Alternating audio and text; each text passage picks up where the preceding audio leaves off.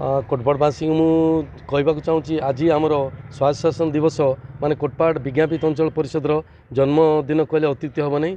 यही अवसर में आपण मानक समस्त निवेदन करुच्ची परिवार आपण माने समस्ते ये जो स्वच्छ निर्मल जो करने कथा आम करूँ किंतु आपण मान बिना सहजरे आम कि नहीं।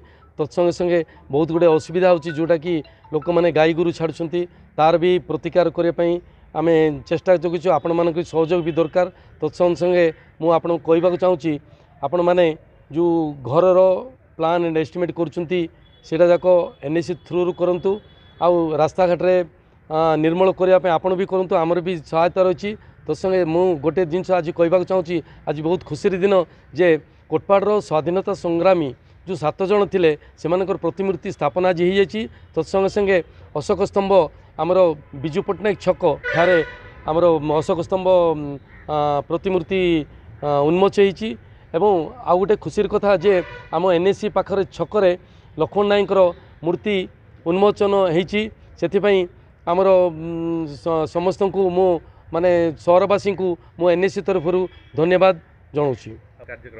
आज कार्यक्रम होची गत दिन मानक स्कूल लेवल रे आउ पब्लिक लेवल रे जो डिबेट कंपटीशन सॉन्ग कंपटीशन बहुत गुड़े कंपटीशन ही आउ क्रिकेट मैच भी थिला।